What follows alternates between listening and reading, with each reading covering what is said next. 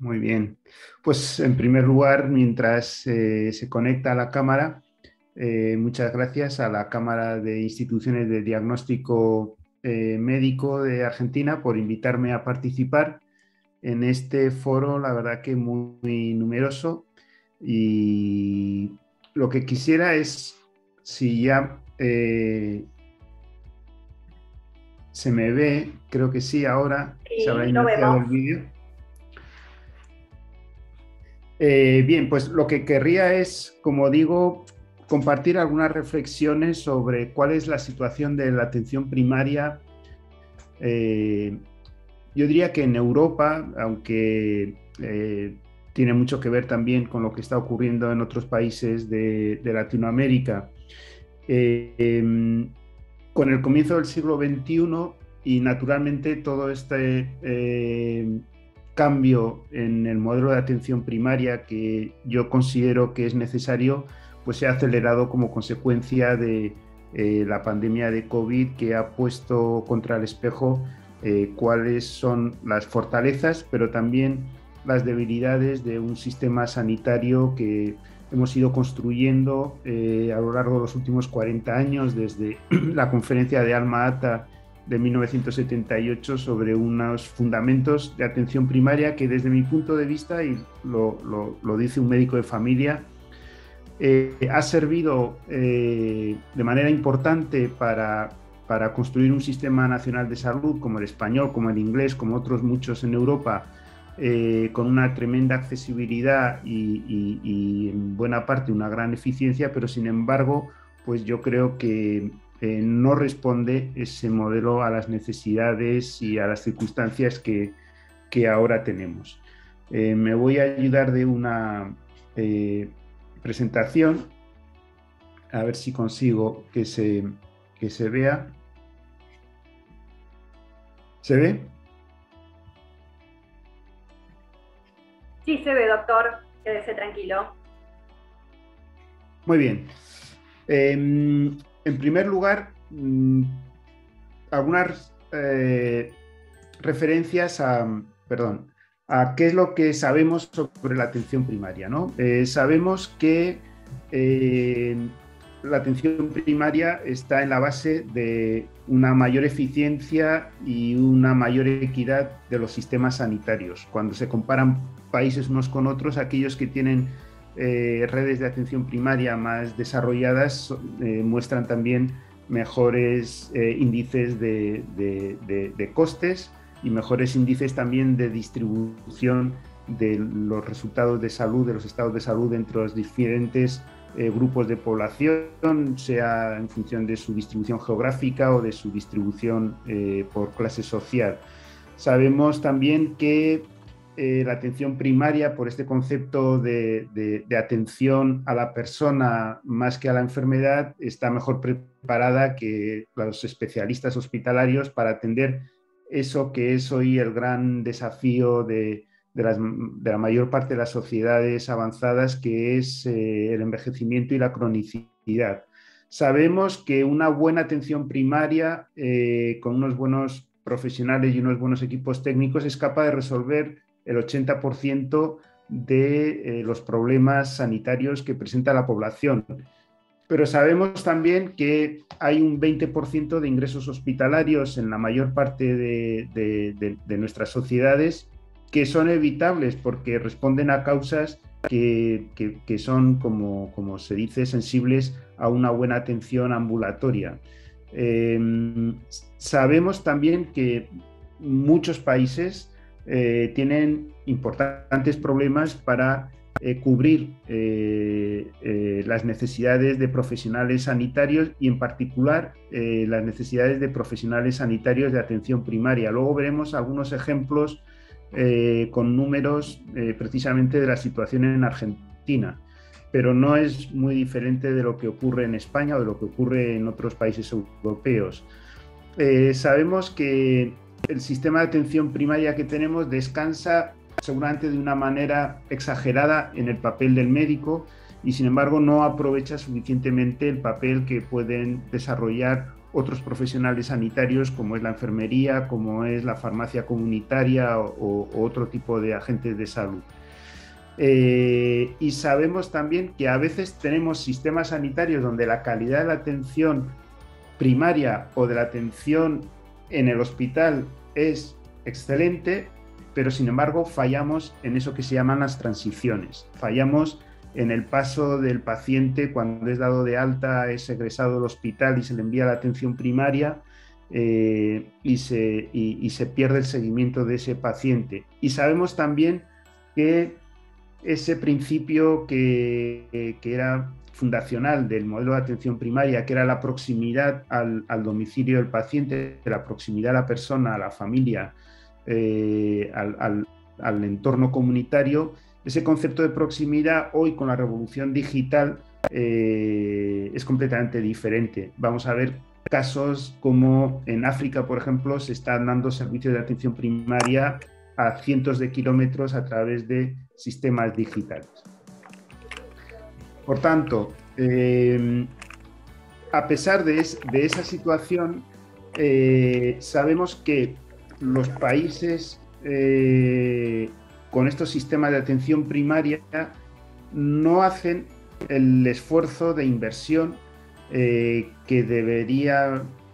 si la atención primaria es tan eficiente y es tan necesaria para abordar los principales problemas de salud en nuestras sociedades, pues encontramos como, también vamos a ver algún número,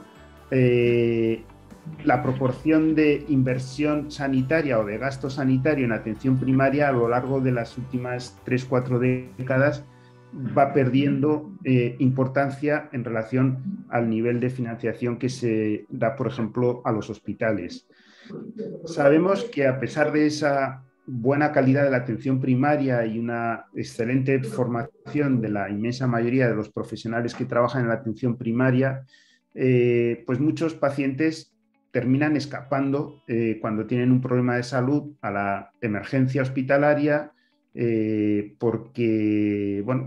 les resuelven de una manera más rápida y seguramente más eficaz sus problemas de salud. Sabemos también que esa visión quizá, no sé, del siglo XIX, de que un médico era capaz de conocer todo lo necesario sobre los problemas de salud de una persona y sobre cualquier tipo de enfermedad, pues con el desarrollo del conocimiento médico, evidentemente, esto se hace muy difícil. Y esos equipos de atención primaria que tenemos en muchos sistemas sanitarios no dejan de ser suma de médicos de familia, pero no hay una especialización dentro de esos equipos de atención primaria para atender al paciente asmático, para atender al paciente con diabetes o a pacientes con una arritmia cardíaca, porque no es posiblemente imposible pensar que un médico va a ser capaz de conocer lo último en cada una de estas afecciones, ¿no? Y por otra parte sabemos también, esto está muy demostrado en la economía de la salud, que la concentración de la atención sanitaria y la especialización mejora la calidad y los resultados. Y sin embargo, un médico que atiende pocos casos de muchas enfermedades seguramente no tiene los mismos resultados que tiene un médico que atiende muchos más casos de menos enfermedades.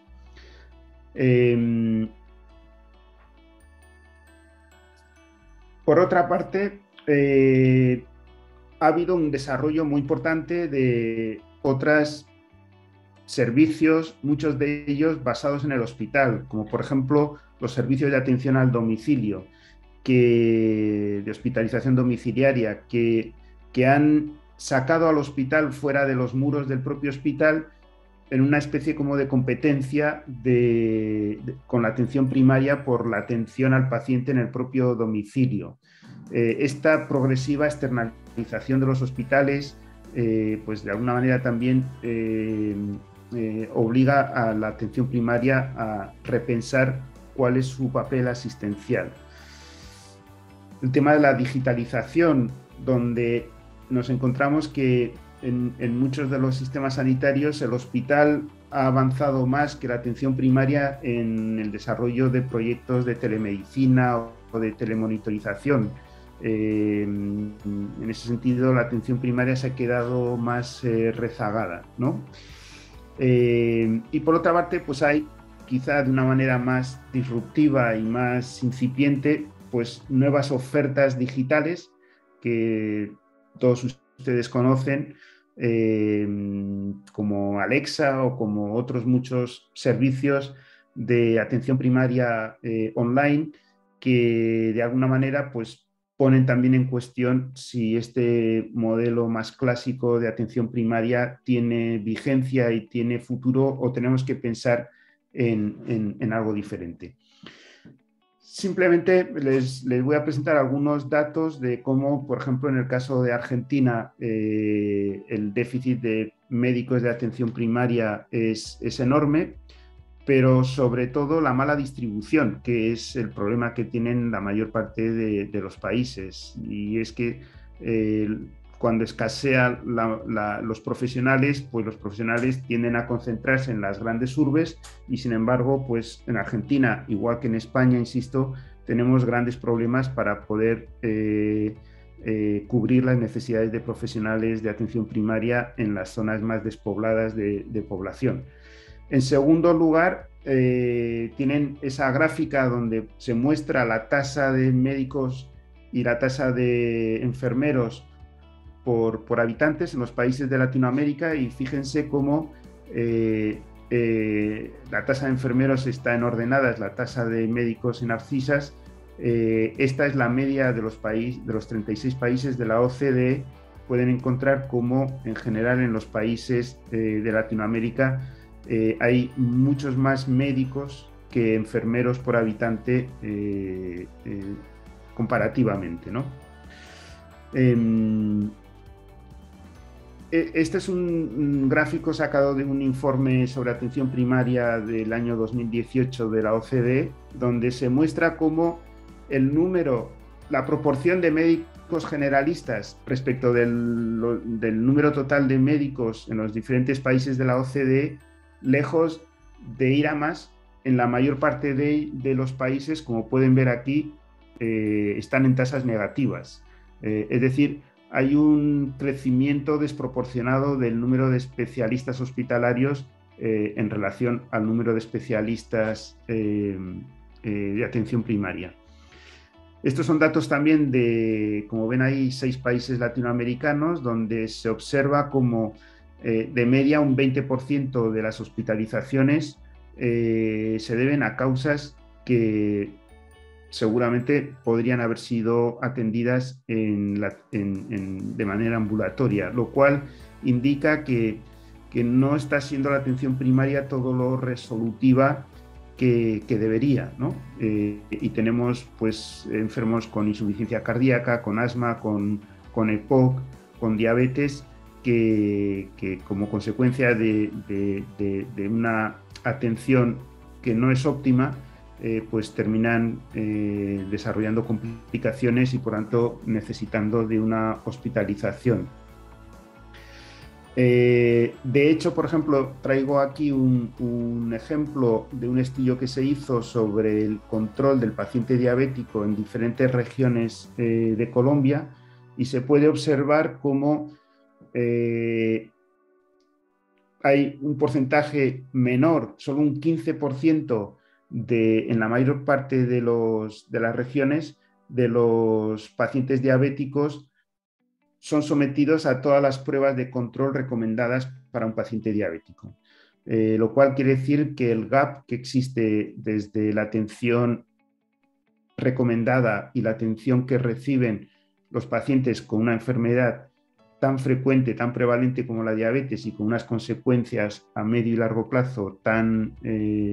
graves, pues no estamos atendiendo adecuadamente. Esta es una foto de más detalle, con más granularidad, de este mismo estudio en Colombia, donde se puede ver, este es un estudio hecho por el Banco Interamericano, donde se ve para diferentes regiones del mundo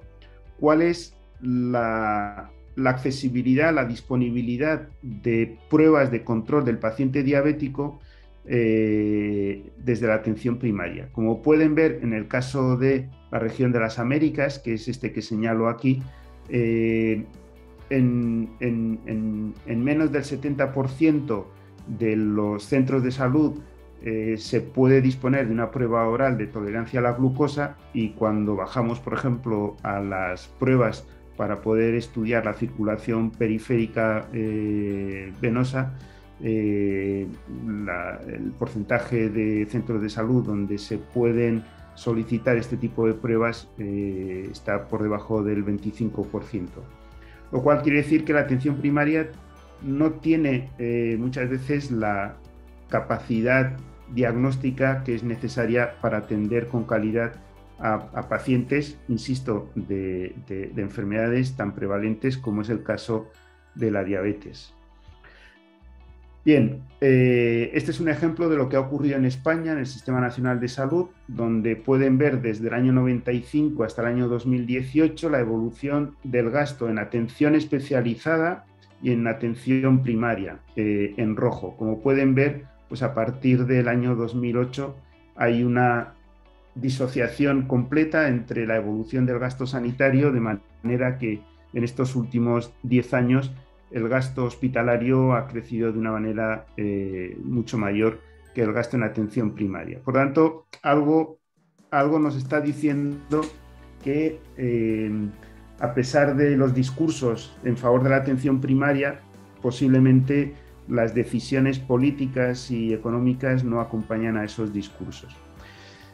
Este es el caso de una experiencia que yo tuve la oportunidad de conocer el año pasado en Ruanda, donde una empresa totalmente digital, con sede en el Reino Unido, desarrolla en varios países africanos, este es uno de ellos, en Ruanda, un servicio de atención digital médico para personas que viven en lugares remotos,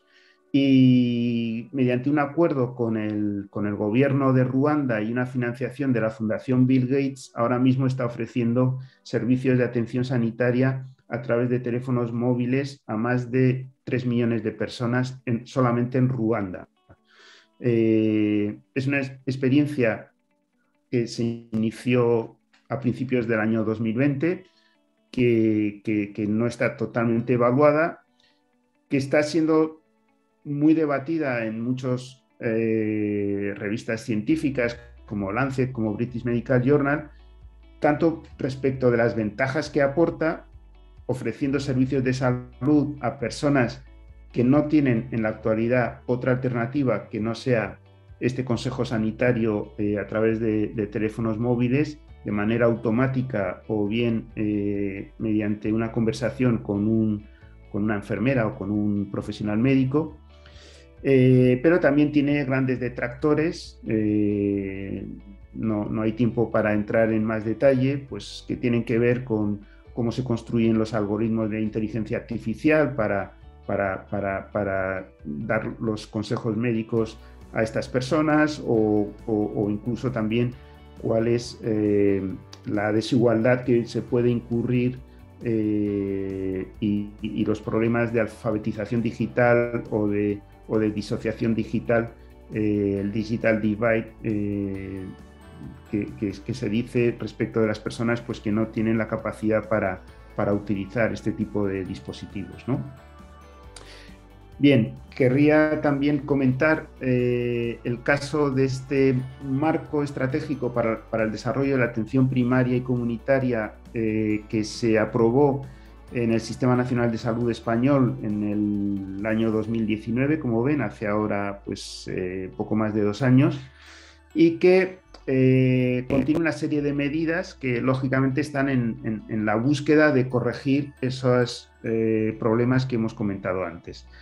Este marco estratégico, que está ahora en fase de implementación, pues habla de desarrollar el papel profesional de diferentes profesiones que trabajan en la atención primaria, médicos, enfermeros, psicólogos, farmacéuticos, fisioterapeutas y trabajadores sociales, y mejorar el nivel de formación de todos estos profesionales,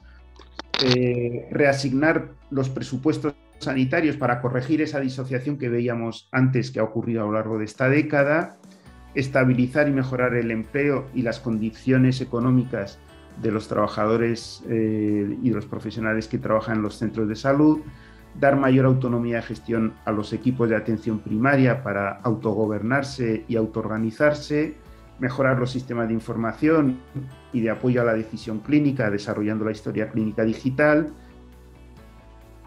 desarrollar nuevos modelos de atención digital a las personas mediante la videoconsulta, la teleconsulta y otros sistemas de telemonitorización, en fin, y una serie de medidas que tienen que ver con el aumento de la capacidad resolutiva, dando acceso a más medios diagnósticos directamente desde el médico de atención primaria sin tener que derivar al paciente a un especialista, desarrollar programas de conciliación de la medicación y de seguimiento farmacoterapéutico, pensando en esos pacientes que pluripatológicos y polimedicados, que muchos de ellos pues, tienen planes terapéuticos con 8, 9, 10 medicamentos, y muchas veces los especialistas los van cambiando y al final ni el médico, ni el paciente, ni el cuidador, ni el médico de familia sabe exactamente qué medicación tiene que tomar, ¿no? Y también, por supuesto, trabajar en el empoderamiento o la corresponsabilidad del paciente con programas de pacientes expertos, de activación de pacientes, para que en definitiva el paciente gane en capacidad de autocuidado y de autogestión de su propia enfermedad. Otros países, como el Reino Unido, tienen también sus propios programas. Traigo aquí el caso del Sistema Nacional de Salud inglés, que también publicó en el año 2019 su plan de largo plazo, el Long Term Plan, donde he subrayado aquí en este círculo en verde el punto número 1. Dice: vamos a desarrollar los servicios sanitarios fuera del hospital y disolver la división histórica que ha existido entre la atención primaria y los servicios comunitarios. Yo creo que esta idea de que necesitamos construir sistemas sanitarios diferentes, más integrados entre los diferentes niveles asistenciales, y pensar menos en el modelo hospitalario o en el modelo de atención primaria o en el modelo comunitario, y pensar más en modelos de sistema. ¿Qué quiere decir esto? Quiere decir, en el caso del País Vasco, donde yo tuve la oportunidad de ser responsable durante 4 años, pues desarrollamos lo que llamábamos sistemas integrados de salud, de manera que para cada área geográfica integrábamos en una sola organización el hospital, la atención primaria, los servicios comunitarios, los servicios de salud pública, y respondían a un solo plan de trabajo, y contaban también con un presupuesto de trabajo integrado, de manera que fuera más fácil el distribuir recursos entre diferentes instituciones en función de las decisiones que se tomaran localmente. Evidentemente también, como en el caso de España, pues el programa inglés habla de desarrollar más servicios en los centros de salud, servicios de fisioterapia, de psicología, de apoyo social, etcétera, con un proyecto que tienen de, por ejemplo, contratar a más de 20.000 nuevos profesionales en los equipos de atención primaria, pero no necesariamente médicos, sino otras profesiones como son fisioterapeutas, paramédicos, farmacéuticos comunitarios y otros profesionales. Este es el paradigma con el cual está trabajando el sistema británico-inglés, que es el Digital First Primary Care. Es decir, se quiere que en el Reino Unido en los próximos 3 años un número no menor del 50% de los primeros encuentros sanitarios sean digitales. De manera que exista un itinerario digital del paciente de atención primaria que cuando tenga un problema de salud tenga a su disposición, como ya lo tiene, una aplicación que le permite hacer un triaje de su problema de salud, sea de manera automática o sea a través de un profesional entrenado para hacer este triaje en base a unos algoritmos disponibles, y que este triaje sea el que derive al paciente hacia perdón, el tipo de consulta y el tipo de profesional que mejor puede resolver ese problema de salud. En unos casos puede ser una enfermera, en unos casos puede ser un profesional médico o puede ser un farmacéutico, ¿no? Y por tanto construir este itinerario del paciente, este itinerario clínico del paciente, pero pensando en utilizar los servicios digitales en el corazón de ese itinerario clínico. Por tanto, para ir concluyendo ya, ¿a dónde miran los sistemas sanitarios avanzados en este momento? Bueno, pues miran hacia un concepto no tanto del paciente individual como de salud poblacional, estratificando a la población que deben atender en función del riesgo sanitario y siendo más proactivos para atender antes y desarrollar sistemas de alerta en aquellos pacientes que son más frágiles, que tienen mayor riesgo de empeorar y por tanto de necesitar una hospitalización.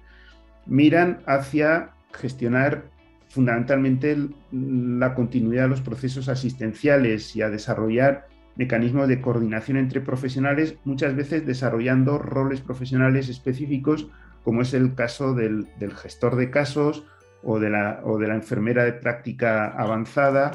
o enfermeros o enfermeras de continuidad que trabajan en muchas ocasiones en los hospitales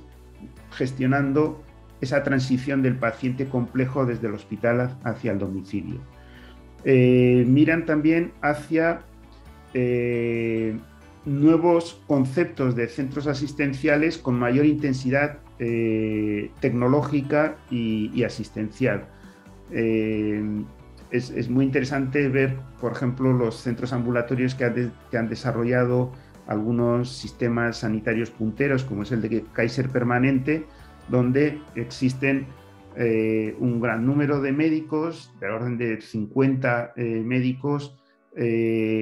que dan atención primaria, pero a la vez son médicos especializados en algunos de los problemas más frecuentes en la atención primaria.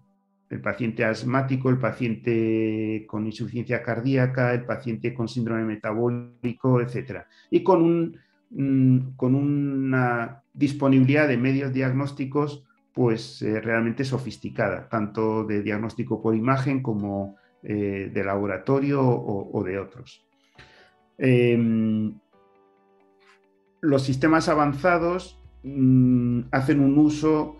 de los sistemas de información y de ayuda a la decisión clínica también avanzado mediante historia clínica digital que permite guiar las decisiones clínicas, que permite gestionar alertas, que permite planificar planes asistenciales individualizados de cada uno de los pacientes con una prescripción farmacéutica asistida, etcétera, etcétera. Miran también al concepto de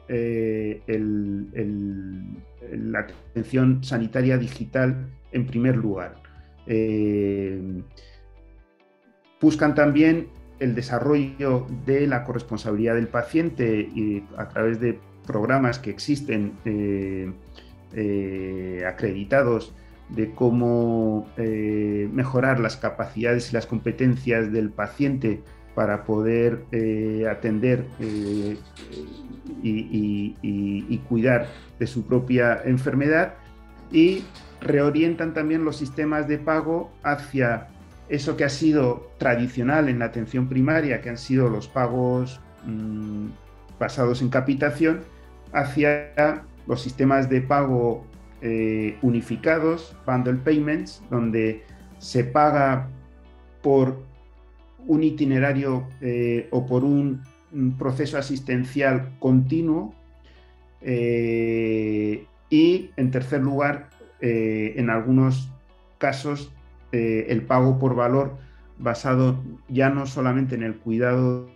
completo de un paciente diabético durante un año con un determinado protocolo o guía clínica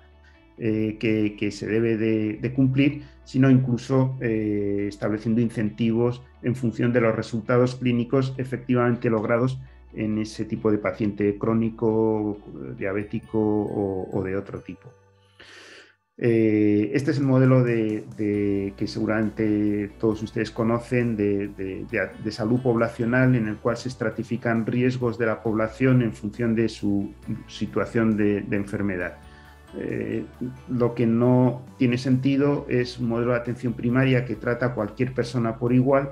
cuando sabemos que el nivel de riesgo de la población crónica leve no tiene nada que ver con ese paciente que desarrolla complicaciones severas, que es un porcentaje muy pequeño de la población de pacientes, pero que son los que generan la mayor parte del gasto, porque son esas personas que están continuamente rehospitalizándose porque su situación médica realmente es muy débil, ¿no? Muy frágil. Concluyo con esta transparencia que resume en estos 4 pasos este informe del cual les hablaba antes, de la OCDE del año 2020, Realizing the Potential of Primary Healthcare, que dice: existe evidencia sobre el valor de la atención primaria más que robusta sobre la importancia que tiene contar con una atención primaria para mejorar la efectividad, la eficiencia y la equidad en los sistemas de salud, a pesar de lo cual ese potencial de la atención primaria se está perdiendo en la mayor parte de los sistemas de la OCDE. Y para fortalecer la atención primaria que necesitamos en el siglo XXI, necesitamos hacer las cosas de manera diferente. Hay muchos países, muchos gobiernos que están iniciando innovaciones en la atención primaria en las líneas que yo les he estado comentando antes, y seguramente ese es el futuro que necesitamos, y no mirar hacia un modelo que posiblemente ha quedado ya obsoleto. Por mi parte, nada más, y espero que estas reflexiones pues hayan servido quizá para